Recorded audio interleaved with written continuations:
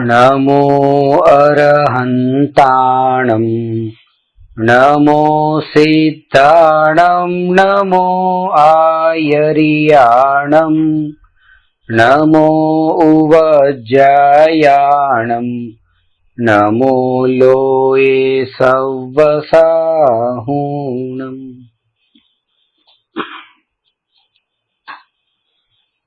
मोक्ष मार्ग प्रकाशक आठमो अधिकार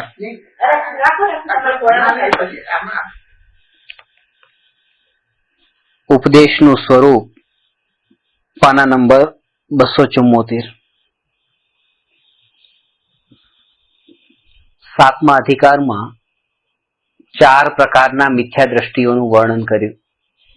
નિશ્ચયાભાસી મિથ્યા દ્રષ્ટિ, વ્યવહારાભાસી મિથ્યા દ્રષ્ટિ, ઉભયાભાસી મિથ્યા દ્રષ્ટિ અને સમ્યક તો સન્મુખ મિથ્યા દ્રષ્ટિ। હવે સમ્યક દર્શનનું વર્ણન શરૂ કરે છે। સમ્યક દર્શનનું વર્ણન 9મા અધિકારમાં શરૂ થાય છે। 7મા અધિકારમાં મિથ્યાત્વનું, 9મા અધિકારમાં સમ્યક્ત્વનું અને 8મા અધિકારમાં મિથ્યાત્વથી સમ્યક્ત્વ સુધી પહોંચવાનું જે સાધન એ તત્વ વિચાર છે। અને તત્વ વિચાર કેવા પ્રકારે કરવો, કેવી રીતે કરવો, કે વિચાર પણ આવતો નથી। જે વિચાર આપણે કરતા હોઈએ છીએ સવારથી સાંજ સુધી જે ચાલી રહ્યું છે એ જ રૂચે છે। અત્યારે છોકરાઓને એમ કહીએ કે આ સિવાય પણ નરક છે, સ્વર્ગ છે, મોક્ષ છે, આત્મા છે, કર્મ છે, ભગવાન છે, તો બધાનો એક જ જવાબ આપશે કે આમાંથી અમને કંઈ દેખાતું નથી।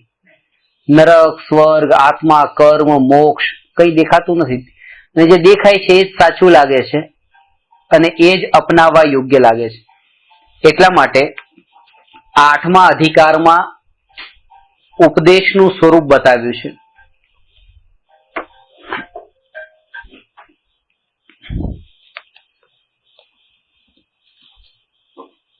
જ્ઞાન પ્રાપ્ત થવાના 3 માધ્યમ છે। પહેલું દેવ, બીજું ગુરુ અને ત્રીજું શાસ્ત્ર। દેવ નો યોગ આ કાળમાં આ ભૂમિ પર અસંભવ છે। ગુરુનો યોગ દુર્લભ છે અને શાસ્ત્રનો યોગ અત્યંત સુલભ છે। એટલા માટે દેવ અને ગુરુના ઉપદેશ કરતા શાસ્ત્રના ઉપદેશને સમજવાની વિધિ અહીંયા બતાવી છે કે તમે જો શાસ્ત્ર વાંચો તો શાસ્ત્રના ઉપદેશને કેવી રીતે ગ્રહણ કરવું। બે વસ્તુ છે, એક તો ગુરુનો ઉપદેશ ને એક શાસ્ત્રનો ઉપદેશ। ગુરુનો ઉપદેશ ગુરુના ટાઈમે મળે અને ગુરુને જેટલો ટાઈમ હોય એટલો ટાઈમ મળે। ગુરુ એમ કહે કે હું તમને સાંજે 7 વાગે જ્ઞાન આપીશ તો સાંજે 7 વાગે જ મળે। હા, 9:15 જવું પડશે, પછી ગુરુ કે પૂરું થઈ જશે તો પછી એટલે ગુરુનો ઉપદેશ ગુરુના ટાઈમે મળે અને ગુરુને જેટલો ટાઈમ હોય એટલો ટાઈમ મળે। શાસ્ત્રમાંથી જ્ઞાન મળે એ આપણા ટાઈમે મળે અને આપણને જેટલો ટાઈમ હોય એટલો ટાઈમ જ્ઞાન મળે। બીજી વાત એ છે, શાસ્ત્રની વિશેષતા છે કે ગુરુ અત્યારે મુંબઈમાં છે અને ગુરુની જરૂર અત્યારે જ તે આજે જ તે દિલ્હીમાં છે તો ગુરુની ઝેરોક્સ ન થઈ શકે પણ શાસ્ત્રની ઝેરોક્સ થઈ શકે। એક સાથે હજારો, લાખો, કરોડો કોપી પણ કરીને આખી દુનિયામાં પહોંચાડી શકાય। ગુરુને એક જ ભાષા આવડતી હોય, 2 ભાષા આવડતી હોય, પણ શાસ્ત્રને આપણે અનેક ભાષાના અંદર ટ્રાન્સલેટ પણ કરીને બધે પહોંચાડી શકીએ। પણ છેલ્લે એક જ વાત આવે છે કે એ શાસ્ત્રના ઉપદેશને સમજાવે કોણ, એમાં કઈ અપેક્ષાએ, કયા એંગલથી, કયા નયથી વાત કરી છે એ કોણ સમજાવે? એ ગુરુ વગર સમજાવી કોણ શકે? હા, એટલા માટે કે જ્યાં પ્રત્યક્ષ ગુરુનો યોગ ન હોય અને શાસ્ત્રનો યોગ હોય તો ત્યાં શાસ્ત્રને વાંચતી વખતે એ શાસ્ત્રના ઉપદેશને કેવી રીતે સમજવો એ સમજવાની વિધિ 8મા અધિકારમાં બતાવી છે। તમે એકલા પણ જો શાસ્ત્ર વાંચો તો એ શાસ્ત્રના વાક્યને ગ્રહણ કરવું એ રીતે કે આ વાક્યનો આશય શું છે, એ રીતે એ આશયને ગ્રહણ કરવો એ કયા અનુયોગનું વાક્ય છે। આખો અધિકાર 4 અનુયોગથી સંબંધિત છે। અનુયોગનો અર્થ છે શાસ્ત્રના કથન કરવાની પદ્ધતિને અનુયોગ કહે છે. આ અનુયોગની પરિભાષા છે. શાસ્ત્રના કથન કરવાની પદ્ધતિને અનુયોગ કહે છે.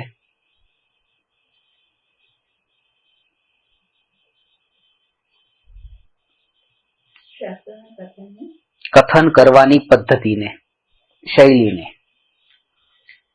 અનુયોગ કહે છે.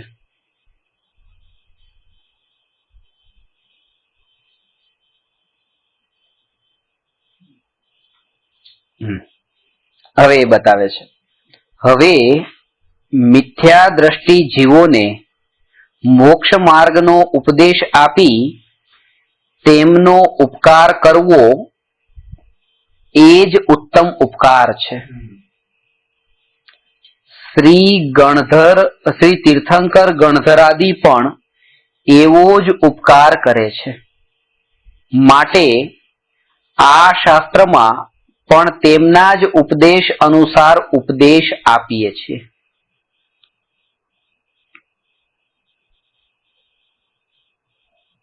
લોકમાં એ ઉપદેશ આપનાર તો ઘણા મળશે જે 5 ઇન્દ્રિયના વિષયના ભોગોનો ઉપદેશ આપતા હોય કે તમે આમ કરો, આ વેપાર કરો, આમ કરો તો આ રીતે સુખી થશો, એવી રીતે. પણ આ મોક્ષ માર્ગનો ઉપદેશ તીર્થંકર અને ગણધરને જ્ઞાની પુરુષો થકી મળે છે. એ કોઈ વિરલા જીવ જ હોય છે જે આ મોક્ષ માર્ગનો ઉપદેશ આપે. ને એમનો ઉપકાર કેવો કે 4 રસ્તા ઉપર આપણે ઊભા હોઈએ અને 3 કલાકથી ફરતા હોઈએ કે મારે જે માર્ગે જવું છે એ માર્ગ કયો છે, આ છે, આ છે, આ છે કે આ છે, શોધી રહ્યા છીએ, માર્ગ મળતો નથી અને 3 કલાકથી થાકેલા છીએ. અને કોઈ વ્યક્તિ જો આપણને સાચો માર્ગ બતાવે અને આપણે માર્ગ પર ચાલીએ અને આપણને આપણું ધ્યેય મળે તો આપણે એ વ્યક્તિનો કેટલો ઉપકાર માનીએ છીએ. કે કેટલા થાક્યા હતા, કેટલા ભટકતા હતા, દુઃખી થતા હતા, જો એ ન હો તો અમને આ માર્ગ કોણ દેખાડે. આ તો ખાલી 3 કલાકથી ભટકતા હતા એની એ વ્યક્તિની આ સ્થિતિ છે. તો જે આ તો અનાદિકાળથી આ 4 ગતિ 84 લાખ યોનિમાં આત્મા ભટકે છે અને એને સાચા સુખનો માર્ગ ખબર નથી.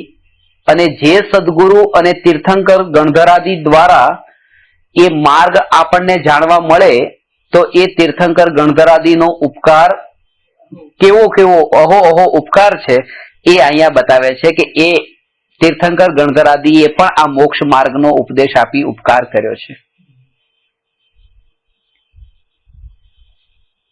2 વાત થઈ. તીર્થંકર એ 13મું ગુણસ્થાન, ગણધર એ 6ઠું ગુણસ્થાન. આ ઉપદેશના ગુણસ્થાનની વાત છે. ત્યાં પ્રથમ ઉપદેશનું સ્વરૂપ જાણવા અર્થે કંઈક વ્યાખ્યાન કરીએ છીએ. કારણ કે જો ઉપદેશને યથાવત ન પીછાણે તો તે અન્યથા માની વિપરીત પ્રવર્તે. માટે અહીં પ્રથમ ઉપદેશનું સ્વરૂપ કહીએ છીએ. જે ભાષામાં ઉપદેશ આપ્યો હોય એ ભાષાને નહીં પકડવી, ભાષાની પાછળ રહેલા ભાવોને પકડવા. કે ભાષામાં તો કઈ પણ કહેશે. ગુરુદેવ ઘણી વાર કહેતા કે એક વ્યક્તિને એમ કીધું કે જોઈને ચાલજે નહીં તો પડી જઈશ. તો એણે તો સીધું એમ જ પકડ્યું કે પડી જઈશ. તો મને પડવાનું કેમ કીધું? કે પડવાનું નથી કીધું, એમ કે જોઈને ચાલજે નહીં તો પડી જઈશ. અને એમાં એને એક જ વાત પકડી લીધી કે બસ મને પડવાનું તમે કીધું નહીં તો પડી જઈશ, પડી જઈશ, તું પડી જઈશ, મને પડવાનું કેમ કીધું? હવે એ જે કેનારાનો આશય ન સમજે ને પોતે શબ્દોને જ પકડી લે તો પોતાનું જ અહિત કરે. તો એવી રીતે ગુરુએ જે ઉપદેશ આપ્યો કે શાસ્ત્રમાં જે ઉપદેશ સમજાવ્યો છે એ ઉપદેશના આશયને જો ગ્રહણ ન કરીએ અને પોતાની મતિ કલ્પનાથી પોતાને જે રૂચે એ જ ગ્રહણ કરીએ તો પોતાનું જ અહિત થાય છે. એ શબ્દોને ન પકડીને એના ભાવને પકડવાનો અર્થ એ કે જે મુનિવર રામસિંહે પાઉડ દોહામાં એવી ભાષામાં પણ કીધું છે, હે જીવ, ના, હે જીવ, હે મૂર્ખ, હે અજ્ઞાની, હે પાગલ. मूढ़, पागल, अज्ञानी, तू पर पदार्थों को अपना मानते मानते पर पदार्थों की गुलामी करते करते पर पदार्थों में सुख मानते मर क्यों नहीं गया? આટલું બધું એમાં આખો તલ્લીન થઈ ગયો છો, તું મરી કેમ ન ગયો? मगर मुझे खुशी तो इस बात की है कि तू जिंदा है, यदि तू मर जाता तो मैं उपदेश किसको देता? इसीलिए हे तीन लोक के नाथ परमात्मा, मेरी इस बात को तू ध्यान से सुन. ક્યાંથી શરૂઆત કરી? મૂળ, પાગલ, મિથ્યા દ્રષ્ટિ અને કેવા, અને છેલ્લે 3 લોકનો નાથ પરમાત્મા. હવે આટલા શબ્દો સાંભળીને જ કોઈ ત્યાં પુસ્તક બંધ કરી દે અથવા તો ઉપદેશ સાંભળવાનું બંધ કરી દે તો આગળ પરમાત્મા સાંભળવાનો અવસર ન આવે. એટલે એટલી તો ધીરજ શ્રોતામાં જોઈએ કે એ મૂળ, પાગલ, મિથ્યા દ્રષ્ટિ એવા ઉપદેશ પણ જો ગુરુનો હોય તો એને પણ એ સ્વીકારે, તો આગળ એને તું પરમાત્મા છો એ ઉપદેશ પણ સાંભળવાનો મળે. ત્યાં હવે એ બતાવે છે કે ત્યાં પ્રથમ તો ઉપદેશનું સ્વરૂપ જાણવા અર્થે કંઈક વ્યાખ્યાન કરીએ છીએ, કારણ કે જો ઉપદેશને યથાવત ન પીછાણે, આ પીછાણે ઉપર જોર છે, એમ પણ લખી શકતા જાણે. પીછાણનો મતલબ આખી ઓળખાણ કરવાની છે. જાણીએ તો છીએ આપણે બધા, અત્યારે જાણી લીધું, 7 તત્વોના નામ જાણી લીધા, જાણકારી ભેગી કરી લીધી, પણ આપણે ઓળખાણ નથી થઈ. જાણવું ને ઓળખવું એ બંનેમાં ફરક છે. એટલે કૃપાળુદેવે ઓળખવાને સમજણ કીધું છે, જાણવાને જ્ઞાન કીધું છે. એટલે એ કીધું કે જે સ્વરૂપ સમજ્યા વિના પામ્યો દુઃખ અનંત. એમ નથી કીધું જે સ્વરૂપ જાણ્યા વિના પામ્યો દુઃખ અનંત, કે જાણ્યું તો અનેક વાર છે, સમજ્યું એક વાર પણ નથી. ને જાણવું ને સમજવા વચ્ચે અંતર છે. જાણવું એટલે નોલેજ, અને સમજવું એટલે knowledge plus belief is understanding. બે વસ્તુ મળી છે. જ્ઞાન અને શ્રદ્ધા સહિતની જે સ્થિતિ એ સમજણ છે, અને એકલું જ્ઞાન એ જ્ઞાન છે, એ જાણકારી છે.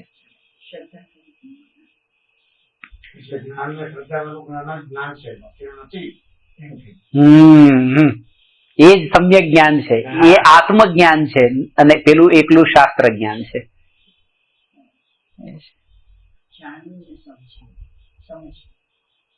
યથાવત ન પીછાણે તો તે અન્યથા માની વિપરીત પ્રવર્તે, માટે અહીં પ્રથમ ઉપદેશનું સ્વરૂપ કહીએ છીએ. જૈન મતમાં ઉપદેશ 4 અનુયોગ દ્વારા આપ્યો છે. પ્રથમાનુયોગ, કર્ણાનુયોગ, ચરણાનુયોગ અને દ્રવ્યાનુયોગ એ 4 અનુયોગ છે. પ્રથમાનુયોગનું બીજું નામ છે કથાનુયોગ. કર્ણાનુયોગનું બીજું નામ છે ગણિતાનુયોગ. આ બેના અલગ નામ છે, બીજા પણ નામ છે. અને ચરણાનુયોગ અને દ્રવ્યાનુયોગ એ 4 અનુયોગ છે. હવે ચરણાનુયોગનું ચરણાનુયોગ છે, દ્રવ્યાનુયોગનું દ્રવ્યાનુયોગ છે. પણ આ બેના બીજા જે નામ તરીકે શાસ્ત્રોમાં આવે છે ને, પ્રથમાનુયોગ અને કર્ણાનુયોગ, એના બીજા અધર નેમ બતાવ્યા. આવા પણ નામ શાસ્ત્રોમાં આવે તો ત્યાં એમ ચોકી નહીં જવું કે અમે તો 4 જ અનુયોગ ભણ્યા હતા ને અમે તો ગણિતાનુયોગ ભણ્યા જ નતા. આ કથાનુયોગ ક્યાંથી આવ્યું? કે પ્રથમાનુયોગનું જ બીજું નામ કથાનુયોગ હશે, અને કર્ણાનુયોગનું ગણિતાનુયોગ. કર્ણ એટલે ગણિત.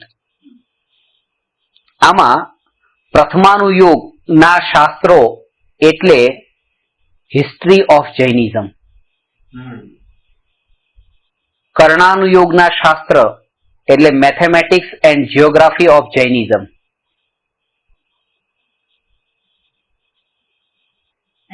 Geography of Jainism.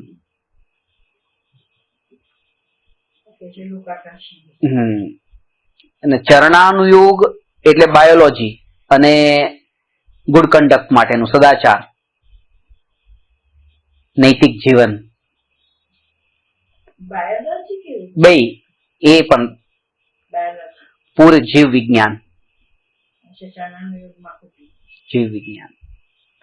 અને દ્રવ્યાનુયોગ એટલે જૈનિઝમનું સાયન્સ. આ 4 વાત યાદ રાખવાની છે. Science, Saint.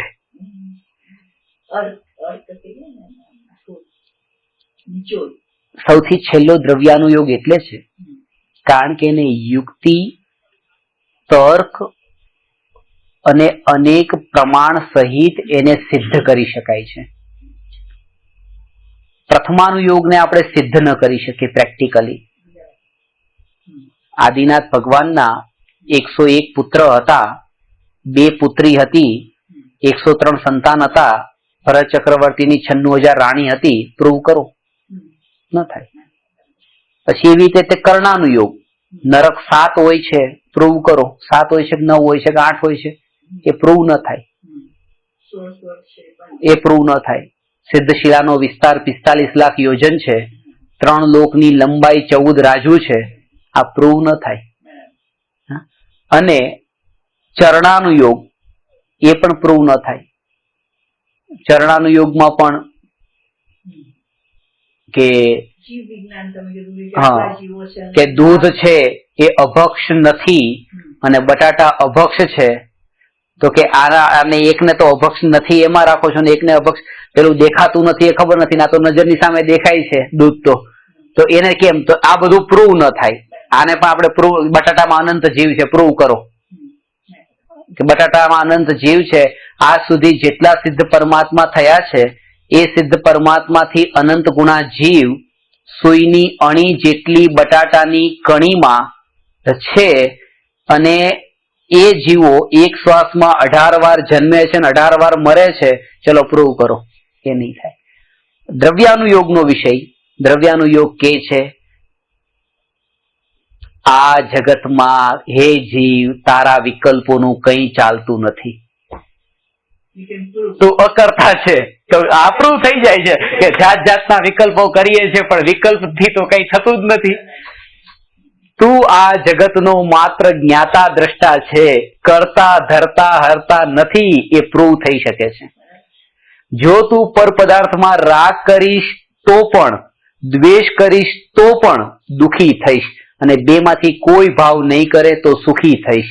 આ પ્રૂવ થઈ શકે છે કે એક વ્યક્તિમાં રાગ કર્યો, બીજામાં દ્વેષ કર્યો અને ત્રીજામાં કંઈ ન કર્યું.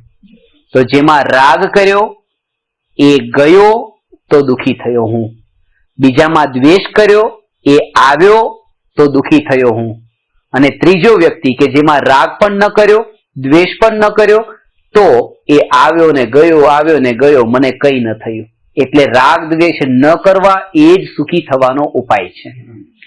એ પ્રૂવ થઈ શકે છે. એ દ્રવ્યાનુયોગમાં સમજાવ્યું છે. કે દ્રવ્યાનુયોગને જૈન ધર્મનું સાયન્સ, કારણ કે જ્યોગ્રાફીના અંદર કે પછી એવી રીતે હિસ્ટ્રીમાં કે એ બધાની લેબોરેટરી ન હોય, એને પ્રેક્ટિકલ ન કરાવે. ત્યાં સાયન્સનું પ્રેક્ટિકલ કરાવે. સ્કૂલમાં પણ છોકરાઓને પ્રેક્ટિકલ સાયન્સનું હોય, તો આનું પ્રેક્ટિકલ થઈ શકે છે દ્રવ્યાનુયોગનું. તત્વ વિચાર દ્રવ્યાનુયોગનો થઈ શકે છે. ભેદ વિજ્ઞાનનું ચિંતન પણ દ્રવ્યાનુયોગનું થઈ શકે છે. અને સાધનાની વિધિ પણ દ્રવ્યાનુયોગના આધારે છે. હજુ વધારે દ્રવ્યાનુયોગની મહિમા બતાવું તો તીર્થંકર ભગવાનની દિવ્ય ધ્વનિમાં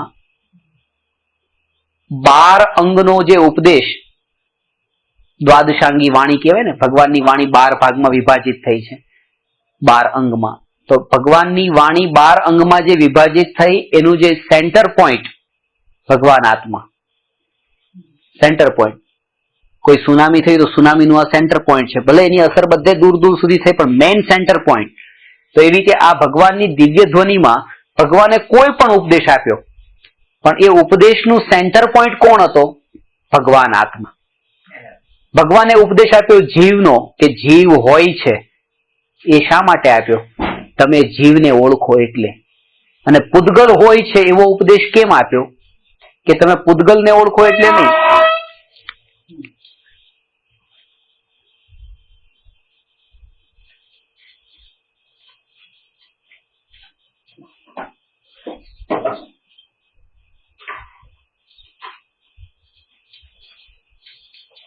પૂતગલને ઓળખવાનો ઉપદેશ પણ પૂતગલથી છૂટીને જીવમાં સ્થિર થાવ.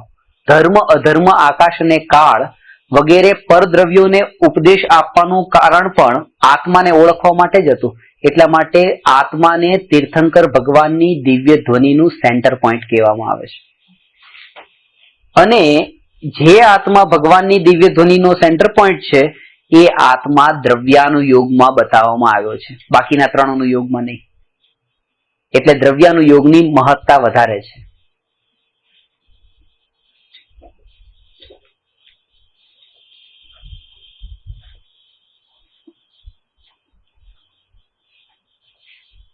એ 4 અનુયોગ છે.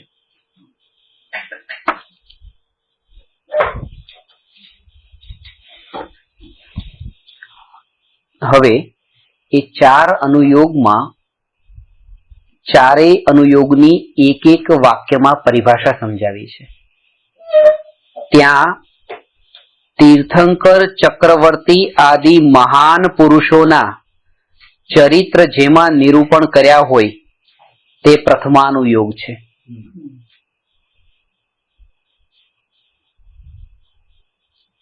ગુણસ્થાન માર્ગણાદિ રૂપ જીવનું, કર્મોનું વા ત્રિલોકાદિનું જેમાં નિરૂપણ હોય તે કર્ણાનુયોગ છે.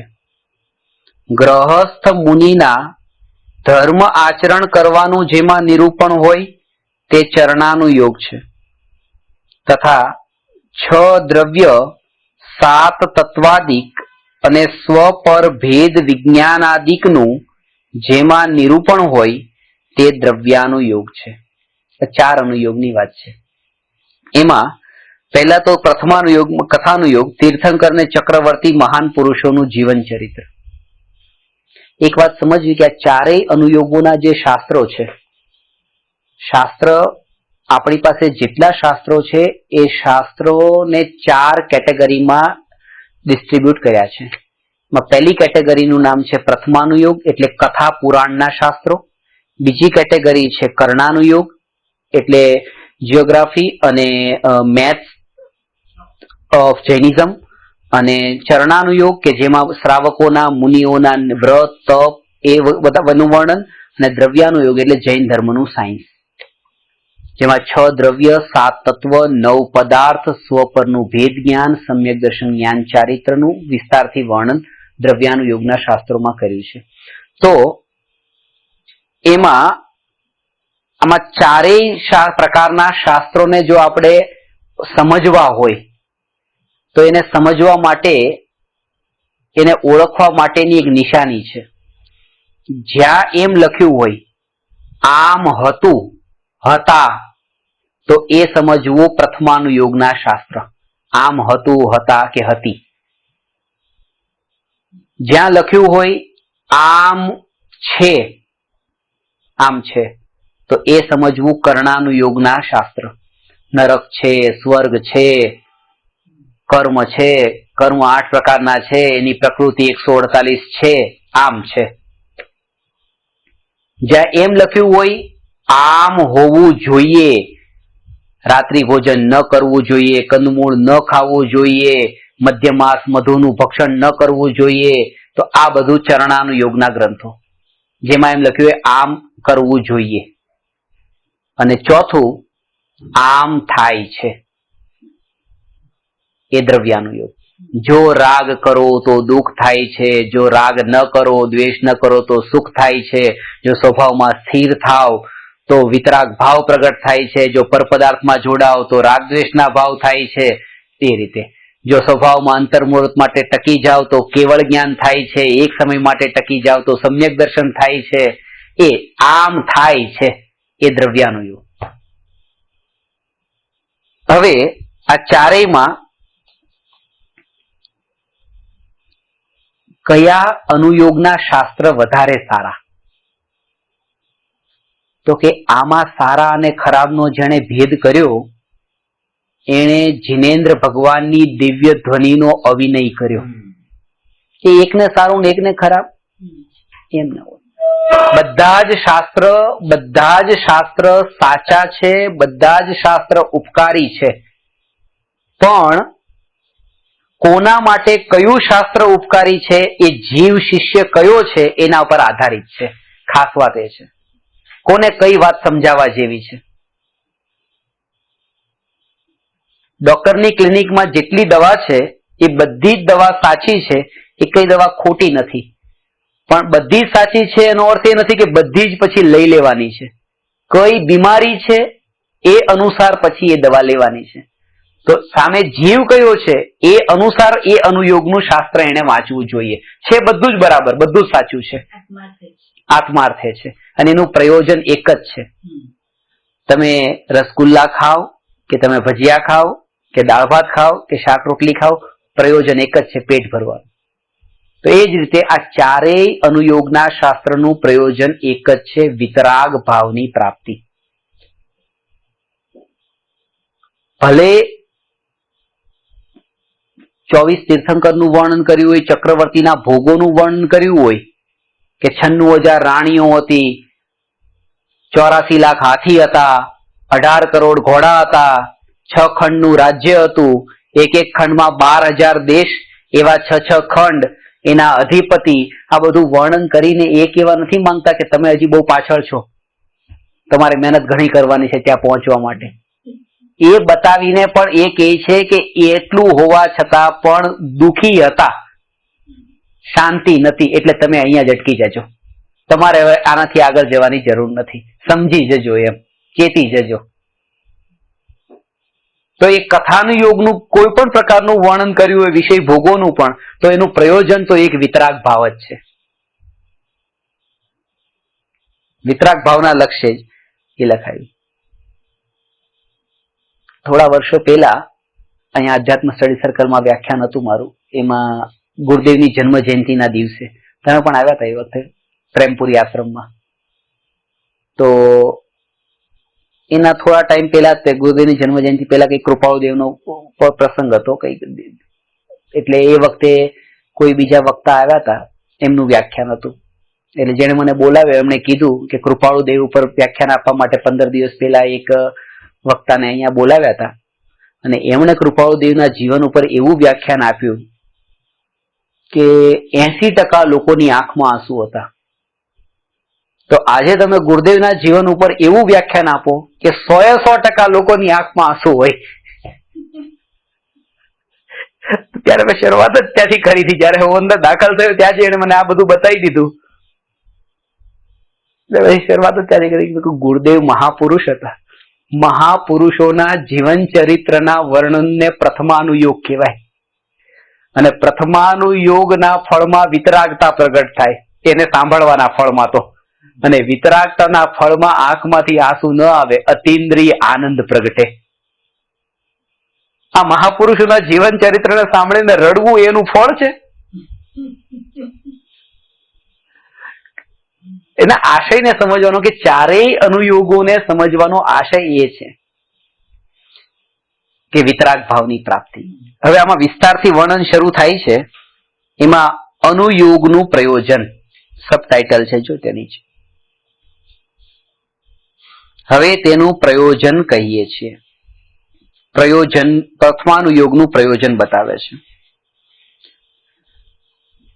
અહીંયા એ વાત ખાસ સમજવી 4 અનુયોગમાં, કે 4 અનુયોગમાંથી પ્રથમાનુયોગ એટલે આ કથાનુયોગ, કર્ણાનુયોગ એટલે ગણિતાનુયોગ, ચરણાનુયોગ અને દ્રવ્યાનુયોગ, આ 3 અનુયોગ છેલ્લા, એને તમે 2 લાઈન પણ વાંચી અને મૂકી દીધી તો કંઈ બગડવાનું નથી. વાંચવી, જેટલો ટાઈમ મળે, માનો 1 વાક્ય પણ વાંચવાનો અવસર મળે તો વાંચી લેવું, પણ કથાનુયોગના 1 વાક્યને પણ અધૂરું નહીં છોડવું, એ પૂરેપૂરું વાંચવું. અને જો પૂરેપૂરું વાંચવાનો સમય ન હોય તો બિલકુલ નહીં વાંચવું. એનું કારણ છે, કારણ કે એમાં વાંચ્યું, હવે જેટલી પણ સ્ટોરી હોય છે એ બધી, પેલા તો માનો 700 પાનાનું શાસ્ત્ર હોય તો 700 પાનામાં 600 પાના, 650 પાના તો પૂરા ભોગના જ હોય. એ ચક્રવર્તીનો વૈભવ બતાવ્યો હોય કે ચક્રવર્તીની 96,000 રાણી હતી, એ બધું એનું પૂરેપૂરું ડિટેલ બતાવ્યું. અને 96,000 રાણીઓમાં જે ચક્રવર્તીની પટરાણી હોય એની તો પાછી એવી વિશેષતા હોય કે એની પટરાણીઓને તો માસિક ધર્મ જ ન થાય અને એને સુવાવડ પણ ન થાય. એનું કારણ પણ છે, એનું કારણ છે કારણ કે એટલે જો એવી જે માસિક ધર્મ થાય તો એ ટાઈમે ચક્રવર્તીનો ભોગ બંધ રહે, અને જો ભોગ બંધ રહે તો ચક્રવર્તીનું પુણ્ય જ એટલું હોય છે કે નિરંતર ભોગ, અને એને એ રીતે સમજવાનું કે જો એ નિરંતર ભોગ છે એ જ એમના નિરંતર તીવ્ર દુઃખની નિશાની છે. આજે કેમ કે મેં કીધું મને ભૂખ લાગી છે, તો તમે એક રોટલી આપીને મારું પેટ ભરાઈ ગયું. બાજુમાં એક ભાઈ બેઠા છે, એ કે મને ભૂખ લાગી છે, એને 5 રોટલી ખાધી એનું પેટ ભરાણું. કોઈ કે મને ભૂખ લાગી છે, એને 10 રોટલી ખાધી એનું પેટ ભરાણું. તો જે વધારે રોટલી ખાય છે એનો મતલબ એ કે એ વધારે ભૂખ્યો છે. તો આપણે જયારે ભોગને ભોગવીએ છીએ તો એ કેમ ભોગવીએ છીએ? કારણ કે અંદરમાં દુઃખ મહેસૂસ કરીએ છીએ, તે દુઃખને દૂર કરવા માટે ભોગ તરફ જઈએ છીએ. અંદરના દુઃખને દૂર કરવા માટે કે લાવા દુઃખ છૂટે તો લાવા ભોગ ભોગવી લો. હવે ચક્રવર્તીનું દુઃખ એટલું અંદરથી વધારે છે કે એને તો એ દુઃખને દૂર કરવા માટે નિરંતર ભોગ જોઈએ છે, એટલો અંદરમાં દુઃખી છે. આકુળતામાં સાધારણ જીવ હજી એટલો દુઃખી નથી. એટલા માટે એ કારણ છે કે ચક્રવર્તી જો સમ્યક દ્રષ્ટિ ન હોય તો મરીને નરકે જાય છે. નરકે નહીં પણ 7મા નરકે જાય છે, 6ઠે નહીં, નિયમથી. જો ચક્રવર્તી પદ સાથે મરે તો મરીને 7મા નરકે જાય, અને જો ચક્રવર્તી પદ છોડે તો મોક્ષે જાય.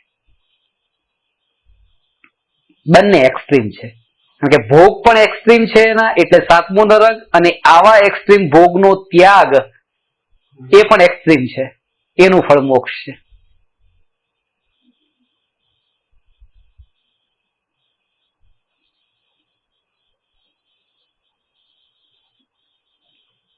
તો એ વર્ણન જ્યાં કર્યું હોય તો શરૂઆતમાં તો વિષય ભોગોનું કે ચક્રવર્તીની 96,000 રાણીઓ, તો એ વાંચ્યું. પછી એ વાંચ્યું કે 6 ખંડના રાજા. પછી એ વાંચ્યું કે ચક્રવર્તીની ખીર બનતા 1 વર્ષ લાગે. 1 વર્ષે તો ચક્રવર્તીની ખીર તૈયાર થાય. એક ગાયમાંથી દૂધ કાઢ્યું, એ દૂધ બીજી ગાયને પીવરાયું, બીજી ગાયમાંથી દૂધ કાઢ્યું, એ ત્રીજી ગાયને પીવરાયું. આવી રીતે દૂધ કાઢીને જે છેલ્લું દૂધ નીકળે એ દૂધની તો પછી ખીર બને. અને એ ખીર ચક્રવર્તી જ હજમ કરી શકે. બીજા કોઈને હજમ ન થાય તો સમજવું કે આ ચક્રવર્તીની ખીર બની ગઈ.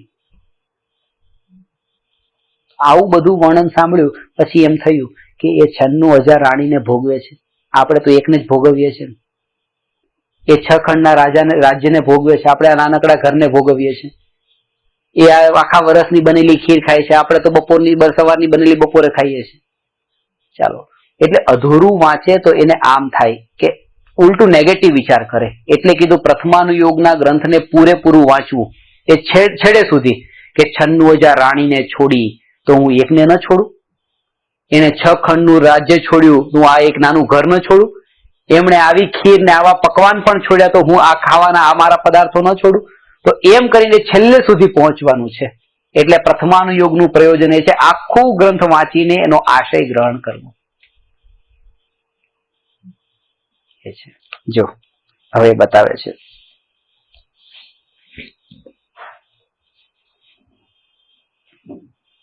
પ્રથમાનુયોગમાં તો સંસારની વિચિત્રતા, પુણ્ય પાપના ફળ અને મહાપુરુષોની પ્રવૃત્તિ ઇત્યાદિ નિરૂપણથી જીવોને સંસારમાં લગાવ્યા છે, ધર્મ માર્ગમાં લગાવ્યા છે. જે જીવ તુચ્છ બુદ્ધિવાન હોય તે પણ આ અનુયોગથી ધર્મ સન્મુખ થાય છે. આના માટે એટલું જ્ઞાન હોવું જરૂરી નથી. એટલે કારણ કે તે જીવ સૂક્ષ્મ નિરૂપણને સમજતો નથી, પણ લૌકિક વાર્તાઓને જાણે છે તથા ત્યાં તેનો ઉપયોગ લાગે છે. ખાસ આ વાત સમજજો, એ વાર્તાની પાછળ આશય ગ્રહણ થયો તો એનું ફળ મળ્યું, નહીં તો ઊંધું ગ્રહણ થયું. ખાલી વાર્તા સાંભળવી મળે. આગળ એ પણ બતાવશે કે કોઈને કડવી દવા આપવી હોય તો સાથે સાથે મીઠું પણ કંઈક આપ્યું, સ્વીટ, અને એની સાથે દવા આપી દીધી. અને આજકાલના બાળકો તો સમજદાર થઈ ગયા, દવા ફેંકી દે ને મીઠું મીઠું ખાઈ જાય. એટલે એવું કે આજે કથાઓ બધી બતાવીએ, કથાની બધી મજા લઈ લે અને એની પાછળનો જે સાર છે બધો છોડી દે. એટલે કે એવું ન થાય. એ સાર ખાસ તો સારને બતાવવા માટે આ કથા બતાવી છે, એકલી કથાની મજા નહીં લેવી એમ.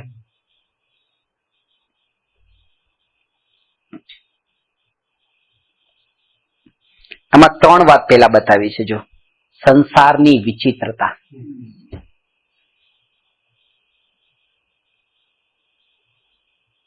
સંસારની વિચિત્રતા છે એ પ્રથમાનુયોગના ગ્રંથમાં બતાવી છે.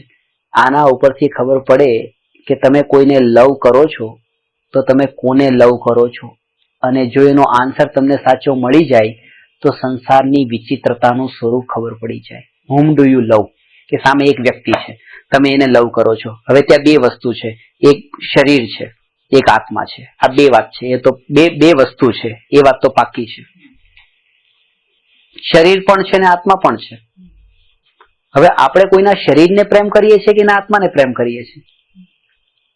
પતિ પત્નીને, પત્ની પતિને, પુત્રને, માતાને, પિતાને, કોને? એ શરીરને પ્રેમ કરે છે કે આત્માને? તો એનો જવાબ હશે બધા શરીરને પ્રેમ કરે છે. આત્મા તો દેખાતો નથી. શરીર ઉપર જ દ્રષ્ટિ છે, મિથ્યા દ્રષ્ટિઓની, અજ્ઞાનીઓની. પણ એમ નથી, કારણ કે જયારે ડેથ થઈ ગઈ, મરણ થયા પછી શરીર તો પડ્યું છે એવું ને એવું જ તે, એને કોઈ પ્રેમ કરતું નથી. જે પિતા દેહ આપે છે એ પિતાને દીકરો દાહ આપે છે, બાળી નાખે છે. તો દેહ તો હતો, શરીર તો હતું, પ્રેમ કેમ નથી કરતો? હવે કારણ કે પ્રેમ એને નતો કરતો. પ્રેમ કરતો તો એ હવે નીકળી ગયો, જતો રહ્યો. એ આત્મા હતો.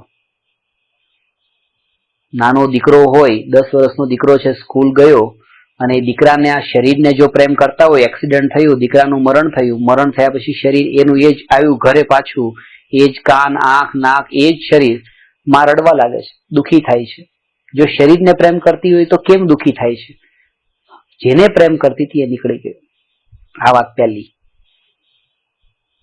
કે શરીરને કોઈ પ્રેમ કરતું નથી. હવે વાત બીજી, આત્માને પ્રેમ કરે છે. એ વાત પણ ખોટી છે, કારણ કે જે આત્મા નીકળી ગયો, મરણના અઠવાડિયા પછી રાત્રે એકલો આત્મા 2 વાગે ઘરમાં આવે, શું કરો છો?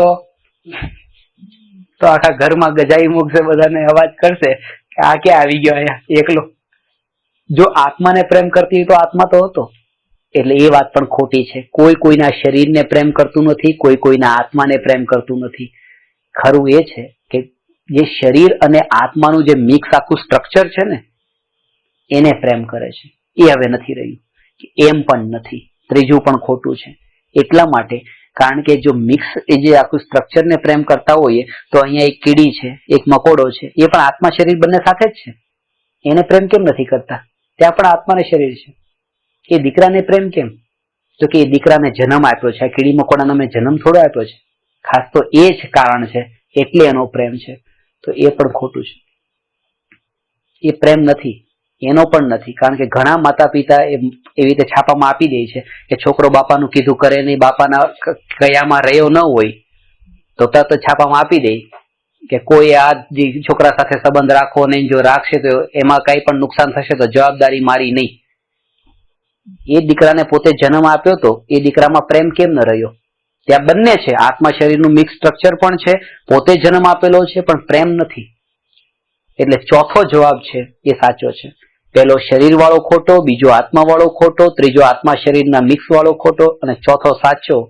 દરેક જીવ કોઈને પણ પ્રેમ કરે છે તો એ કોઈને નહીં પણ પોતાના સ્વાર્થને પ્રેમ કરે છે. સ્વાર્થ ભાવ છે, અને સ્વાર્થની સિદ્ધિ નથી થતી ત્યાં પ્રેમ છૂટી જાય છે. એટલે મેં એક બુકમાં લખ્યું છે, સંસારના સંબંધો સમુદ્ર કિનારે જે રેત હોય છે, રેતીના બનાવેલા લાડવા જેવા હોય છે. જેમ એ લાડવાનું પાણી સુકાઈ જાય અને લાડવો વિખરાઈ જાય, એવી રીતે સંસારના સંબંધો સ્વાર્થ પૂરો થઈ જતા વિખરાઈ જાય છે. અને જો વિખરાઈ જાય તો અંશ માત્ર પણ દુઃખ ન લગાડવું, એને સ્વભાવ જાણવો કે આ સ્વભાવ છે. જેમ આગનો સ્વભાવ ગરમ છે, મરચાનો તીખો છે, ગોળનો મીઠો છે, એમ સંસારનો સ્વભાવ જ છે સ્વાર્થ. અને એમ જ હોય એનો સ્વીકાર કરવો, એનું નામ જ છે જ્ઞાતાપણું. હવે કઈ ફેરફાર કરવાનો ભાવ ન રહ્યો, કારણ કે સ્વરૂપ જે છે, સ્વભાવને પલટાવવાનો ભાવ કરવો એ તો બહુ મોટું કર્તૃત્વ બુદ્ધિ થઈ ગઈ, મોટી કર્તૃત્વ બુદ્ધિ થઈ. એનો સ્વીકાર. તો એ આખી સંસારની વિચિત્રતા આ કથાનું યુગમાં કથા કહાનીઓ વડે સમજાવીને આપણને વૈરાગ્ય તરફ લઈ જશે. ત્યાં જયપુરની બાજુમાં એક ગામ છે ને, એ ઘરમાં 4 જણા રહેતા, પતિ, પત્ની, દીકરો, દીકરાની વહુ, 4 જણા. પતિની દેહ છૂટી ગયો. અહીંયા પત્ની દુઃખી થતી હતી, મારા પતિ જતા રહ્યા, ત્યાં છોકરો દેહ છૂટી ગયો અને બાજુના પાછળની જ ગલીમાં, અહીંયા જૈનનું ઘર હતું, પાછળની ગલીમાં ત્યાં ચમારના ઘરમાં જન્મ્યા અને 6-7 વર્ષના થયા ત્યાં છોકરો એ મોટો થયો, એને જાતિ સ્મરણ જ્ઞાન થઈ ગયું. જયપુર બાજુ પદમપુરા છે ને, પદમપુરા ત્યાંનો કિસ્સો છે. જાતિ સ્મરણ જ્ઞાન થઈ ગયું. થોડા વર્ષો ભૂતકાળ યાદ આવી ગયો, ખબર પડી કે મારી પત્ની અહીંયા રહી છે, મારો છોકરો અહીંયા છે. તરત ત્યાં પહોંચી ગયો ઘરે. એ ક્યાં ગઈ કે બહાર નીકળ ને, તો છોકરો આવ્યો બહાર કે કોણ, તો એની મમ્મી માટે એવું કીધું. આ તો ગુસ્સામાં કે ચમારનો છોકરો મારી મમ્મીને આવી રીતે કહે છે. મારવા જતો તો મમ્મી બહાર આવી. મમ્મી કે શું કહે, તો કે જો કે આ કેવું કેવું બોલે છે કે ભાઈ મારતો નહીં, એને કે અંદર બોલાવ્યો. પછી એની સાથે વાત કરી તો એ છોકરાએ બધી વાત બતાવી જે એની પત્ની સાથે વાત કરેલી હતી. આને ખબર પડી કે આ તો મારા વરે મને બધી વાત કરી હતી, આ તો મારો વરનો જ આત્મા છે, જીવ છે. એના છોકરાને કીધું કે મરતી વખતે ખબર છે ને મેં તને કેટલું આમ તેમ બધું સમજાવ્યું. છેલ્લે મરતી વખતે 3 લાખ રૂપિયા આપીને ગયો તો કે લે બેટા તું સુખેથી શાંતિથી રહેજે. અને દીકરાની વહુ સાથે વાત કરી, બધું સિદ્ધ થઈ ગયું કે આ બસ આ પપ્પાનો જીવ છે. પણ હવે દીકરો ને એની પત્ની બધા બગડ્યા કે દીકરો કે પપ્પા ચમારના ઘરમાં જન્મ્યા, સવારના પૂજા કરવા જતા રહેતા હતા અને બહુ ભગવાનની ભક્તિ કરતા હતા, તો ચમારના ઘરમાં કેમ જન્મ્યા? પણ ખબર થોડી હતી કયા ભાવથી કેવી રીતે શું કરે છે. એ તો આ ફળ મળ્યું તો ખબર પડી. હવે કે સમાજમાં બદનામી થશે કે આ જો આના પપ્પા કે ચમારના ઘરમાં, અને આ છોકરો બધાને કહી દે કે આવી કે ફરે કેતો ફરે. તરત જ એના મમ્મી પપ્પાને બોલાવ્યા કે આને ડોક્ટર પાસે લઈ જાઓ, ભૂલવાડી દો. 3 લાખ રૂપિયા મરતી વખતે દીકરાને આપીને ગયા હતા. એ 3 લાખ રૂપિયા જયપુરની બાજુમાં ત્યાં ટોક કરી 90 કિલોમીટર ગામે ટોકમાં ઘર લેવડાવ્યું, ડોક્ટરની ટ્રીટમેન્ટ કરાવડાવી અને કે ભૂલાડી દો આને. આના ઉપરથી ભારેલજી વાત કરતા હતા. એ કહે કે આના ઉપરથી 3 વાત સમજવાની. એક તો પુનર્જન્મ હોય છે, બીજું એ કે અત્યારનું જ્ઞાન ભવિષ્યમાં યાદ પણ આવી શકે છે, અને ત્રીજું સંસારની વિચિત્રતા. જે બાપાએ દીકરાને કીધું લે બેટા 3 લાખ રૂપિયા તું સુખીથી રહેજે, દીકરાએ 3 લાખ રૂપિયા વાપર્યા, એના માટે બાપા તમે ભૂલી જાઓ તમે મારા બાપા છો. જે બાપાએ આખી જિંદગી ગધા મજૂરી ગામડામાં કરીને ભેગા કર્યા પૈસા, એ પૈસા દીકરાએ આના માટે વાપર્યા. આ સ્વરૂપ જાણીને થોડું પણ દુઃખ ન થાય, સંસાર આવો જોઈએ છે એમ સમજીને ચેતી જાય. ચેતવું ખાસ સમજવાનો મતલબ એ કે ચેતી જવાનું, એટલે પોતે મારા મનુષ્ય ભવને હવે હું બીજા માટે બરબાદ ન કરું, પોતાનું મારું કલ્યાણ કરી લઉં. આ એનું બસ. હવે અત્યાર સુધી તો અજ્ઞાનતાથી જે કંઈ પણ થયું અજ્ઞાનતાથી, હવે ન થવું જોઈએ. હવે મારો પોતાનો સમય બસ મારા પોતાના આત્માના કલ્યાણ માટે. અને બીજી વાત આમાં બતાવી છે પુણ્ય પાપના ફળ. એ પણ ખબર પડે છે પુણ્ય પાપના ફળ પ્રથમાનું યુગમાં, કે આ જે કંઈ પણ દેખાઈ રહ્યું છે આ બસ બીજું કશું જ નથી, પુણ્ય પાપના ફળ છે. એટલે જ એક ભિખારી રાજા પાસે જાય છે અને રાજાને કહે છે, ત્યાં પેલો દરબાન હોય છે કે કોણ છે, કે મારે રાજાને મળવું છે. રાજાનો કે હું સગો થાઉં છું. તું રાજાનો સગો થાય છે? શું છે રાજાનો સગો? કે રાજાને કહી દો ને કે રાજાનો સાઢુભાઈ છું. રાજાને સમાચાર આપ્યા. રાજાએ તરત જ એની રાણી સાથે ઝઘડો ચાલુ કર્યો કે શું છે, તું તો ખોટું બોલતી ને મારી જોડે, તું કે તારે કોઈ બેન નથી. આ બેન નથી તો આ સાઢુભાઈ ક્યાંથી આવ્યો? કે ના, કે મારે તો સાચી બેન નથી, કે હું તો એકલી જ છું. કે મોકલો અંદર. અંદર મોકલ્યો. પેલાને કીધું કે કોણ છે? કે મહારાજ કે હું આપનો સાઢુભાઈ છું. કે પણ કે મારી રાણીને તો મારી પત્નીને તો કોઈ બેન જ નથી, સાઢુભાઈ ક્યાંથી આવ્યો? કે મહારાજ વાત એમ છે કે આ પુણ્ય અને પાપ બે બેનો છે. તમે પુણ્યને પરણ્યા છો, હું પાપને પરણ્યો છું, તો આપણે સાઢુભાઈ જ થયા ને. કે આ તો કર્મના બે ભેદ છે, એક પુણ્ય કર્મ ને એક પાપ કર્મ. આખું જગત અત્યારે એ સ્થિતિમાં છે. જે કાંઈ પણ બહારમાં દેખાઈ રહ્યું છે આ પુણ્ય પાપના ખેલ છે. એટલે તમે ઘણી વખત કહેતા હતા પુણ્યની પોટલી ક્યારે ખાલી થઈ જશે ખબર નહીં, કે ક્યારે ખાલી થઈ જાય ખબર નહીં. એટલે બસ આત્મકલ્યાણ કરી લેવા જેવું છે. ખાલી થાય કે ન થાય, પછી ભલે તીર્થંકર પ્રકૃતિના પુણ્ય પડ્યા હોય વાંધો નથી, પણ પેલા કલ્યાણ કરી લેવા જેવું. અને મહાપુરુષોની પ્રવૃત્તિ આ પણ સમજવા જેવું છે. મહાપુરુષોની પ્રવૃત્તિ એક સાધારણ વ્યક્તિ વિશે એ કહેવું બહુ સહેલું છે કે હવે એ શું કરશે. અત્યારે આપણો સ્વાધ્યાય ચાલે છે, પછી સ્વાધ્યાય પૂરો થશે, પછી આપણે સવા 9 અહીંથી બહાર નીકળશું, પછી ઘરે જઈશું, પછી ટીવી જોઈશું, પછી આમ જમશું, પછી આમ કરશું. સાધારણ વ્યક્તિ વિશે એ કહેવું બહુ સહેલું છે કે એ શું કરશે. મહાપુરુષ વિશે એ કહેવું બહુ મુશ્કેલ છે કે એ શું કરશે. એમનું આગલું સ્ટેપ કયું હશે? કારણ કે ક્યારે અંતરની પરિણતિ નિર્મળ થાય અને ક્યારે દીક્ષા લઈ લે, ક્યારે મુક્તિના માર્ગ પર, એ ખબર નથી. એટલા માટે તો શાસ્ત્રોમાં એવા એવા કિસ્સાઓ પણ આવે છે કે આકાશમાં વાદળાઓ દેખ્યા અને વૈરાગ્ય આવી ગયો, અને એ જોતા, અને એક રાજાની કથા આવે છે કે વૈરાગ્ય આવ્યો, રાણીને કીધું કે મને આજ્ઞા આપો. રાણીએ કીધું કે નહીં જાઓ, તમે અમને પ્રોમિસ કર્યું હતું. હવે મેં તમારી પાસેથી કોઈ વસ્તુ લીધી અને તમે વસ્તુ મારી પાસે માંગો, અને ત્યારે હું તમને કહી દઉં કે તમે ખોટા માણસ પાસે આવ્યા, તમે જેને આપી હોય એની પાસે જાઓ, તો તમને એમ લાગે આ શું વાત કરો છો, મેં તમને તો આપી હતી. તો જયારે રાજા રાણીને છોડીને જતા ત્યારે રાણીઓએ કીધું કે શું આવું નહીં કરો, તમે પ્રોમિસ કર્યું હતું અને હવે અમને છોડીને જાઓ છો. ત્યારે એ રાજા કહે છે તમે ખોટા માણસ પાસે આવ્યા છો, પ્રોમિસ કર્યું તો એની પાસે જાઓ. પ્રોમિસ કરનારો રાગ હતો, એની રાગ મરી ગયો છે. રાગ ઇઝ ડેડ. તમે મારી પાસે શું કામ આવ્યા? હું તમારી સાથે રહીશ, તમારો જ છું, જીવનભર તમારો જ રહીશ, આવું કહેવા વાળો એક રાગ હતો, એ મરી ગયો. હવે હું જાઉં છું. કેટલું રોકવાની કોશિશ કરે છે, રોકાતા નથી, જતા રહે છે કે જાઓ. હવે શું? કારણ કે અમારે ત્યાં આહાર માટે પધારજો. આ સ્ટોરી તમે સાંભળી લો. અમારે ત્યાં આહાર માટે પધારજો. હવે તમારે ત્યાં નહીં, હવે અમારું થઈ ગયું. જાવ છો તો પછી ક્યાં તમારું થયું કે સારું એમ કરી નીકળે છે. અને આ એ જ દિવસે આહાર માટે પછી એવી રીતે મુનિરાજને પડઘાવના માટે એવી રીતે બોલાવે. મુનિરાજ અમારે ત્યાં આહાર માટે પધાર્યા, દીક્ષા લઈ લીધી. એટલી અંદરમાં ઉદાસીનતા, એટલો વૈરાગ્ય, બસ હવે અહીંયા રહેવું નથી, નીકળી ગયા. આ દિવસે એક દિવસ તો આહાર માટે ત્યાં જાય છે. આખા વનમાં જ્યાં દીક્ષા લઈને ગયા ક્યાંય મળતા નથી. અને એક પથ્થર ઉપરથી વાળ ને નખ મળે છે. અંતર મુહૂર્તમાં કેવળ જ્ઞાન પામીને મોક્ષે ગયા. કોને બોલાવ્યા આહાર માટે?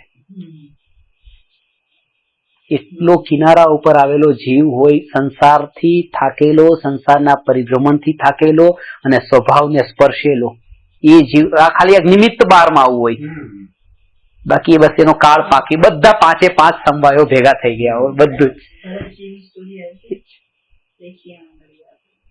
એક આંગળી પોતાની અરજી દેખીને વૈરાગ્યથી પંચમુખથી દોષ કરી અને ઘરમાંથી નીકળી ગયા. જેવા નીકળી ગયા આ જ પ્રમાણે. હવે એવી સ્થિતિ તો અત્યારે હજી આવે કે ન આવે? એક સ્થિતિ એવી આવે કે ના આવે, આ તો બધો રાજ્યનો વૈભવ જ. અત્યારે તો એક ઘરમાંથી એક વસ્તુ પણ જો છોડવી હોય તો અત્યારે વિચાર, હાથનો એક રૂમાલ પણ છોડવો હોય તો કે ના આ નહીં, અત્યારે ભલે રહ્યો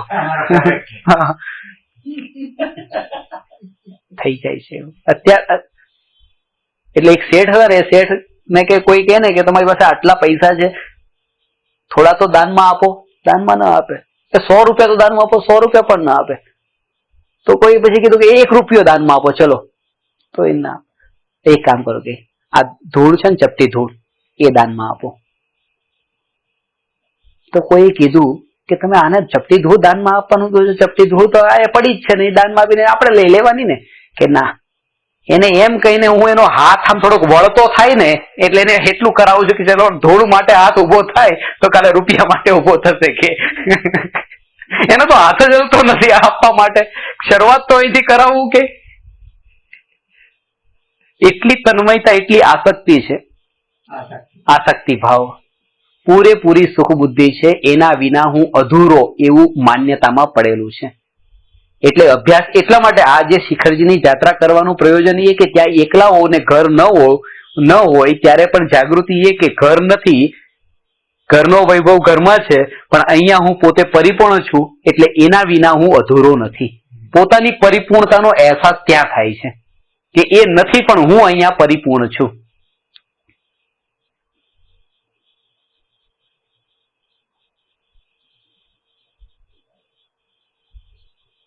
મહાપુરુષોની પ્રવૃત્તિ જોઈને પણ એમાં જોર છે અંતરની પરિણતિની નિર્મળતાનું, શુદ્ધતાનું. બહારની વૃત્તિનો સંબંધ મન સાથે છે, અંદરના ભાવ સાથે, અને પ્રવૃત્તિનો સંબંધ બહારની ક્રિયા સાથે છે. વૃત્તિ એટલે મેન્ટલી અને પ્રવૃત્તિ એટલે ફિઝિકલી, એવી રીતે.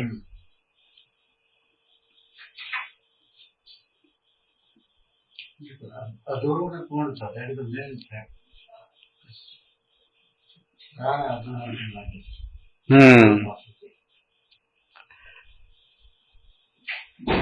શું થાય?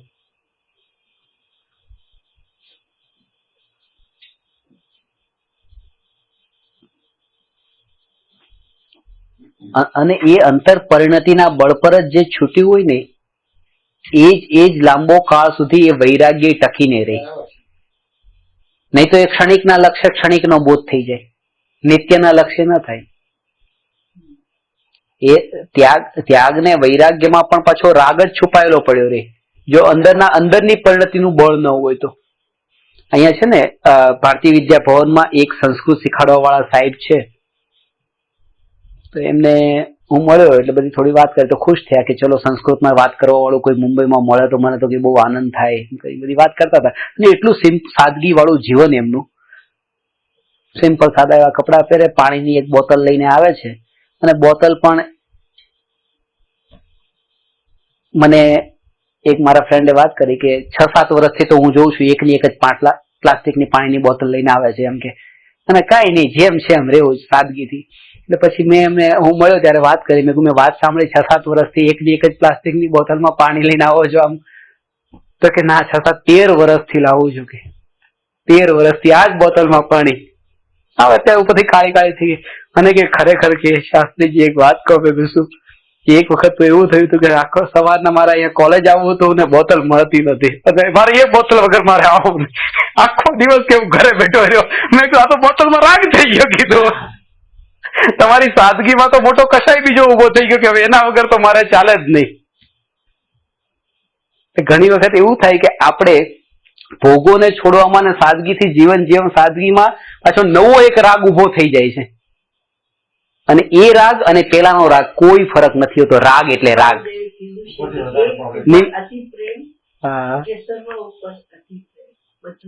બધું એક જ છે, બિલકુલ.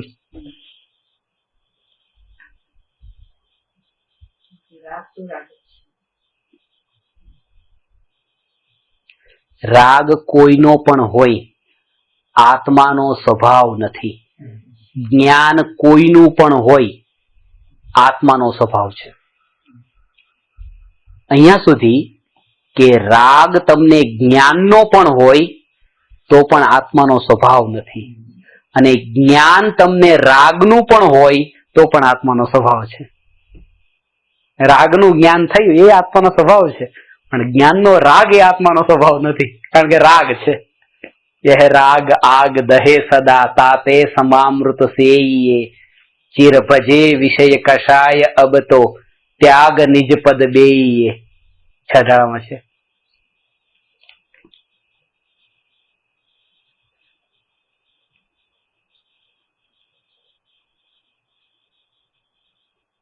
એટલા માટે રાગી આત્માનું ધ્યાન નથી કરવાનું, પણ વિતરાગી આત્માનું ધ્યાન કરવાનું. સમયસાર એની ના પાડે છે, વિતરાગી આત્માનું ધ્યાન નહીં કરો, કારણ કે વિતરાગી આત્માનું ધ્યાન એટલે પર્યાયનું ધ્યાન. 3 શબ્દ છે, અરાગી, વિતરાગી અને રાગી. રાગી એટલે જે આત્મામાં રાગ હોય તે રાગી, જે આત્મામાં પાસ્ટમાં તો રાગ હતો પણ પ્રેઝન્ટમાં નથી તે વિતરાગી, અને જેમાં પાસ્ટમાં પણ નતો અને પ્રેઝન્ટમાં નથી ને ફ્યુચરમાં નહીં હોય એ અરાગી, એ પોતાનો ત્રિકાળી ધ્રુવ ભગવાન આત્મા, આત્મામાં તો પાસ્ટમાં નતો પ્રેઝન્ટમાં, જે સ્વભાવ છે ત્રિકાળ પ્યોર નેચર, એ અરાગી કહેવાય. મહાવીર ભગવાન વિતરાગી છે, પણ મારા અંદર જે પોતે ત્રિકાળ ધ્રુવ જે શુદ્ધ પરમાત્મા એ અરાગી છે. અને એ વાત અને એ અરાગી જે છે એને પણ શાસ્ત્રમાં ધ્યાનનો વિષય નથી કીધો. કોને કીધો? ન્યાયકને કીધો. કેમ? કારણ કે અરાગી શબ્દમાં પણ પાછો રાગ તો વચ્ચે આવે જ છે, એટલે એ રાગ વચ્ચે આવવો નથી. એટલે હું અરાગી છું એમ નહીં, પણ હું ન્યાયક છું. અરાગીમાં નેગેટિવ વાત આવે છે કે રાગ વિનાનો, અને આ ન્યાયક એટલે જ્ઞાન વાળો પોઝિટિવ વાત આવે છે, જ્ઞાન સહિત.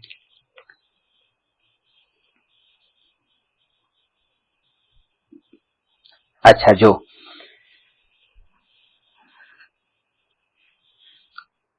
પેલા કે જે જીવ તુચ્છ બુદ્ધિવાન હોય, બીજી લાઈનથી વાંચું છું, તુચ્છ બુદ્ધિવાન હોય તો તે પણ આ અનુયોગથી ધર્મ સન્મુખ થાય છે, કારણ કે તે જીવ સૂક્ષ્મ નિરૂપણને સમજતો નથી, પણ લૌકિક વાર્તાઓને જાણે છે તથા ત્યાં તેનો ઉપયોગ લાગે છે. પ્રથમાનુયોગમાં લૌકિક પ્રવૃત્તિ રૂપ જ નિરૂપણ હોવાથી તેને તે બરાબર સમજી શકે છે. વળી લોકમાં તો રાજાદિકની કથાઓમાં પાપનું પોષણ થાય છે, પણ અહીં પ્રથમાનુયોગમાં મહાપુરુષો જે રાજાદિક તેની કથાઓ તો છે, પરંતુ પ્રયોજન તો જ્યાં ત્યાંથી પાપને છોડાવી ધર્મમાં લગાવવાનું પ્રગટ કર્યું છે. તેથી તે જીવ કથાઓની લાલચ વડે તેને વાંચે સાંભળે છે, તો પાછળથી પાપને બુરું તથા ધર્મને ભલો જાણી ધર્મમાં રુચિવાન થાય છે. હવે આગળ એ પ્રમાણે તુચ્છ બુદ્ધિવાનોને સમજાવવા માટે આ અનુયોગ છે. પ્રથમ અર્થાત અવ્યુત્પન્ન મિથ્યા દ્રષ્ટિ તેમના માટે જે અનુયોગ છે તે પ્રથમાનુયોગ છે, એવો અર્થ ગૌમટસારની ટીકામાં કર્યો છે.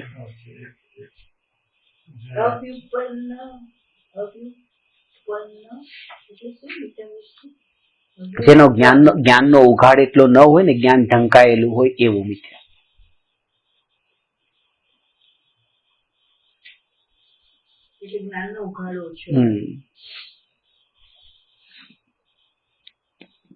વળી જે જીવોને તત્વજ્ઞાન થયું હોય પછી તેઓ આ પ્રથમાનુયોગ વાંચે સાંભળે તો તેમને આ તેના ઉદાહરણ રૂપ ભાસે છે. જેમ કે જીવ અનાદિ નિધન છે, શરીરાદિ સંયોગી પદાર્થ છે, એમ આ જાણતો હતો.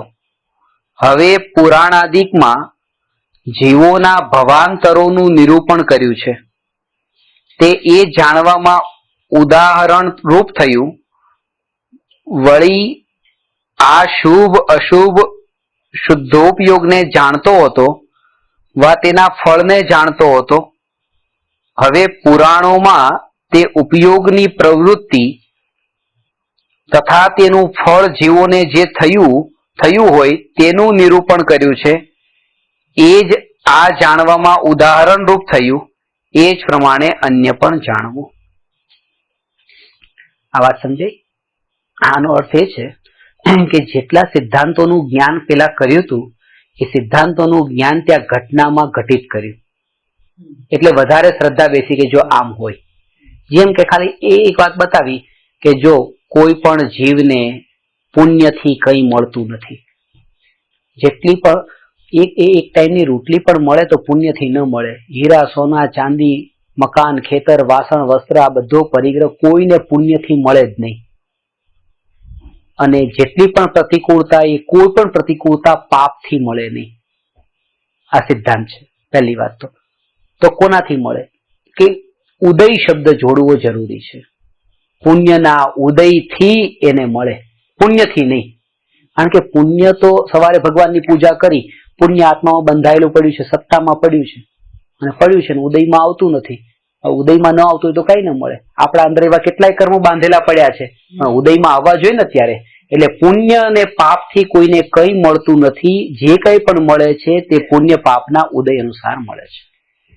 પહેલી વાત તો હવે આ સિદ્ધાંત આપણે સમજ્યા કે પુણ્ય પાપના ઉદય અનુસાર મળે છે. હવે પ્રથમાનુયોગનો જે કિસ્સો વાંચ્યો ત્યારે આ સિદ્ધાંત ત્યાં યાદ આવી ગયો કે જો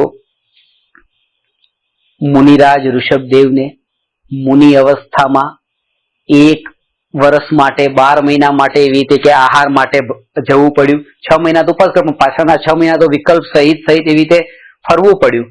તો ત્યાં પુણ્યનો ઉદય નહોતો. એમ નહીં કે પુણ્ય નહોતું, પુણ્ય આત્મામાં હતું. કેવું? કારણ કે તીર્થંકર જયારે જન્મે ત્યારે એ તો તીર્થંકર પ્રકૃતિનું જે પુણ્ય એ તો આત્મામાં હતું જ. તે સૌથી ઊંચામાં ઊંચું પુણ્ય છે.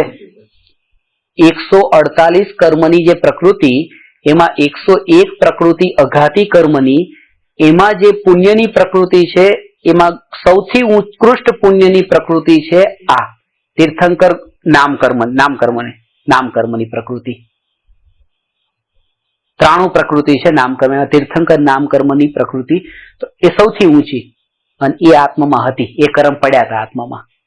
સત્તામાં, એને સત્તામાં કહેવાય. સત્તામાં તો એવા કર્મ પડ્યા હતા કે જેના ફળમાં તીર્થંકર થાય, અને ઉદયમાં એવા પણ નતા કે એક ટાઈમની રોટલી મળે. આ અંતર છે સત્તા અને ઉદય વચ્ચેનું. હવે એ જયારે કથા વાંચી ત્યારે એ જે સિદ્ધાંત કર્મનો હતો ત્યાં તરત જ યાદ આવ્યો.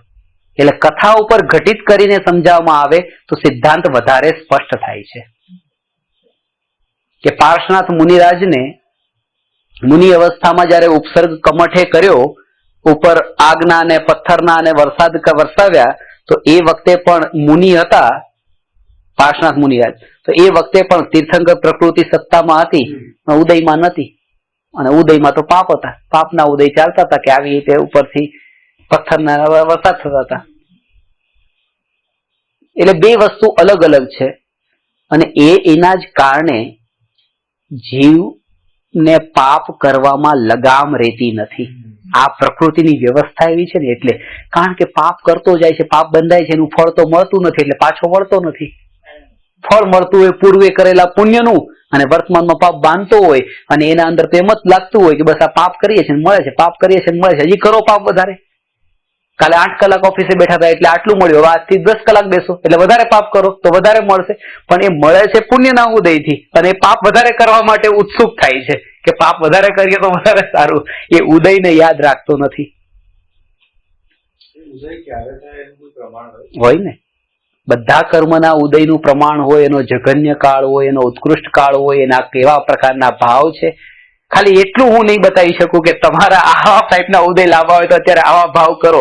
એની ઇન્ટેન્સિટી તો પછી ભાવોના ઉપર, એ કર્ણાનું યોગનું પૂરું છે, પણ એનો પૂરેપૂરો ટાઈમ હોય છે.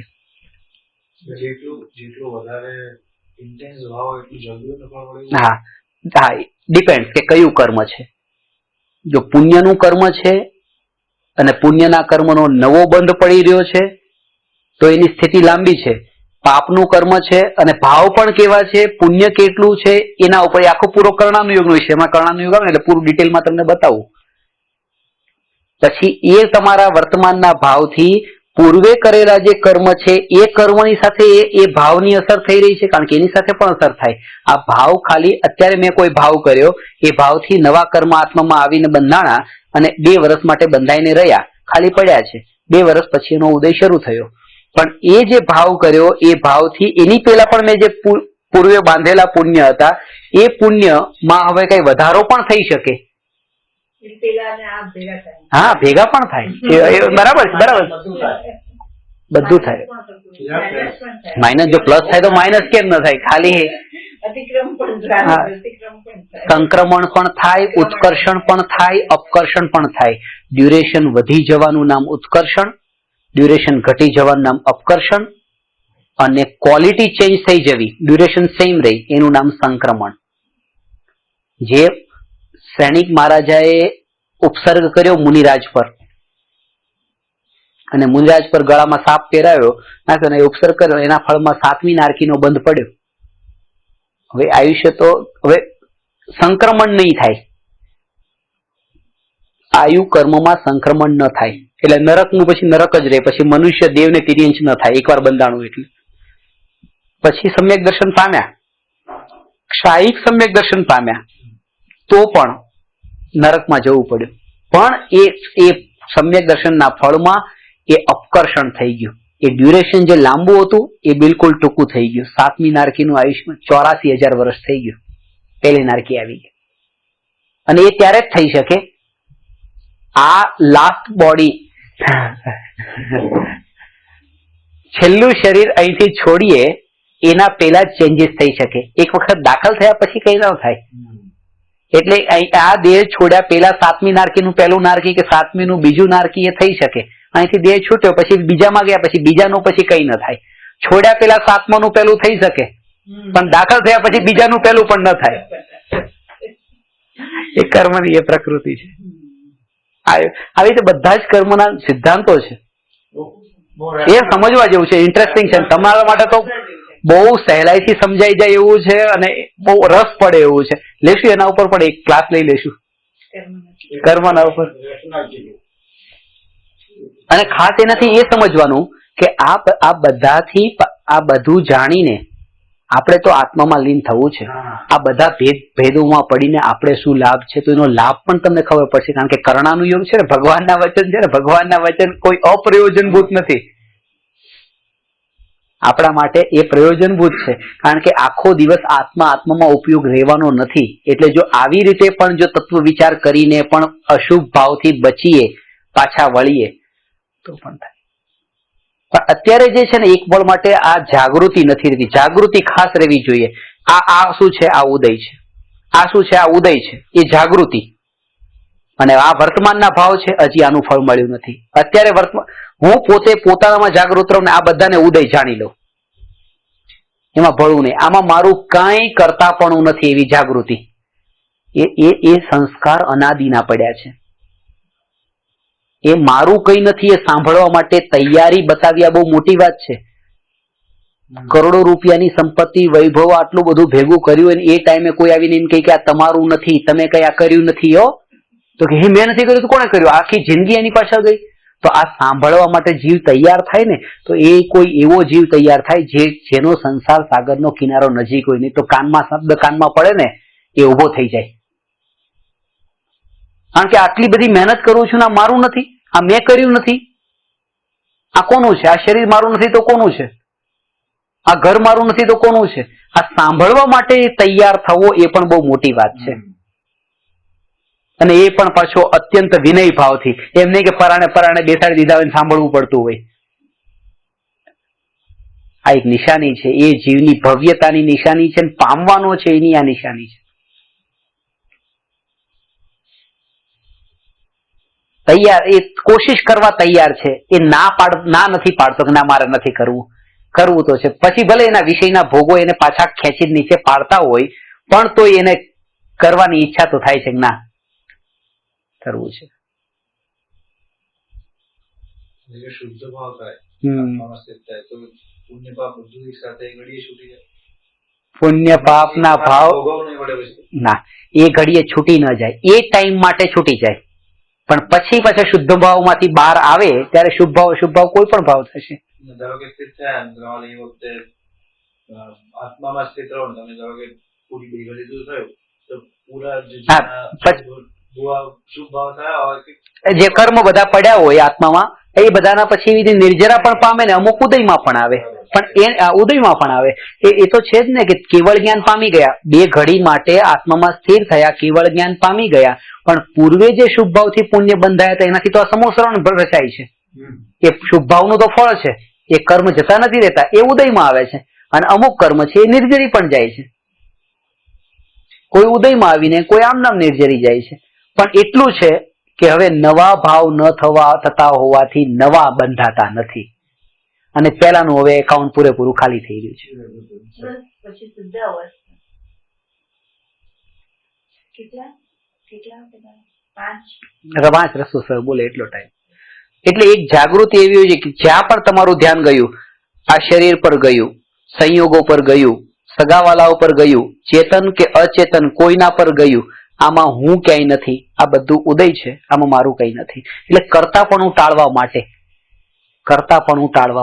બેનશ્રીના વચનામૃતોમાં પણ આ વાત આવે. હવે માનું ભારત દેશમાં માનું કેટલું મહત્વ, માં ઇન્ડિયામાં, એટલા માટે ભારતને પણ પિતા, ભારત માતા કહેવાય, ભારત પિતા નથી કહેતા. માનું બહુ જ અહીંયા મહત્વ છે. હવે માં છોકરાને જન્મ આપે એટલે માનું મહત્વ. માં છોકરાને જન્મ આપીને શું કરે છે? માએ શું કર્યું? કે છોકરો કે છોકરી શું આવવું જોઈએ એ માના હાથમાં છે. પેલા તો માં એ નક્કી કરતી નથી. પછી ક્યારે જન્મ આપવો એ પણ નેચરલ થાય છે. શું જન્મ થવો એ પણ નેચરલ. માનું એમાં કશું જ નથી. છોકરો પોતાના પુણ્યના ઉદયથી આવીને જન્મે છે અને બધું ક્રેડિટ માને જાય છે. માં કહેવાનો અર્થ એ છે કે એમાં મારું કઈ કરતા પણ નથી, એટલે બધું ઉદય છે. એટલી જાગૃતિ રહે ને તો એમાં કર્તૃત્વ બુદ્ધિ અંદરમાં ન પોષાય કે મેં કઈ કર્યું. ગઈકાલે હું મુંબઈ આવતો હતો. મારી ટ્રેન 11:15 વાગ્યાની હોય અમદાવાદથી, એટલે હું 11:30 સ્ટેશને પહોંચ્યો. ત્યાં જોયું તો ચાર્ટમાં મારું નામ જ નહીં. એટલે મેં કહ્યું કે આજે ટિકિટ મારી છે, તારીખ જોઈ, સીટ કન્ફર્મ છે, બધું બરાબર જોયું, અમારું નામ નથી. પછી કોર્નર ઉપર જોયું તો કે આજની ટિકિટ તો મારી 10 વાગ્યાની હતી. ટ્રેન તો ઉપડી ગઈ, 11:30 થઈ ગયા.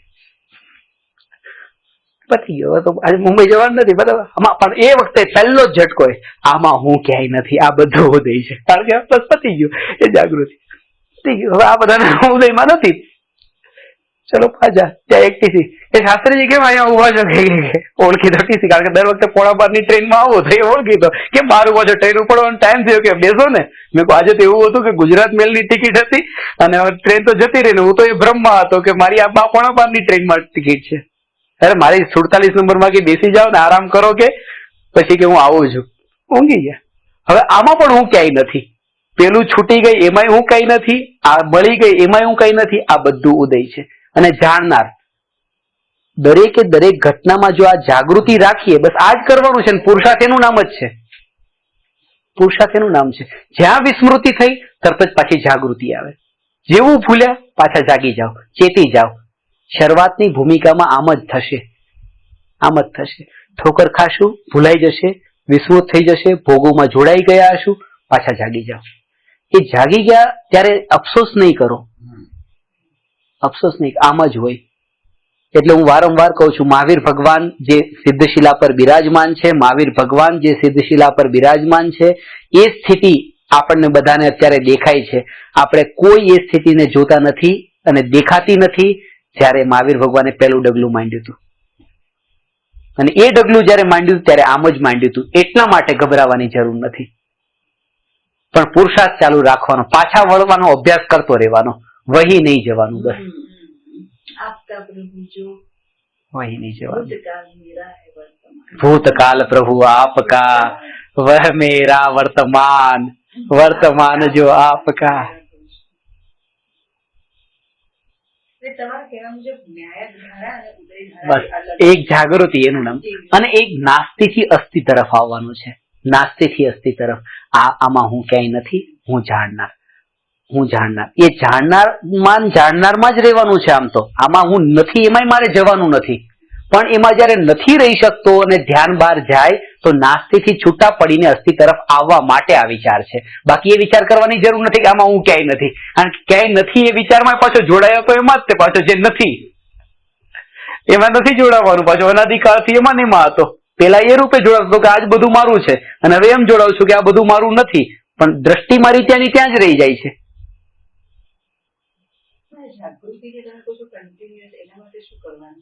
તત્વ વિચાર.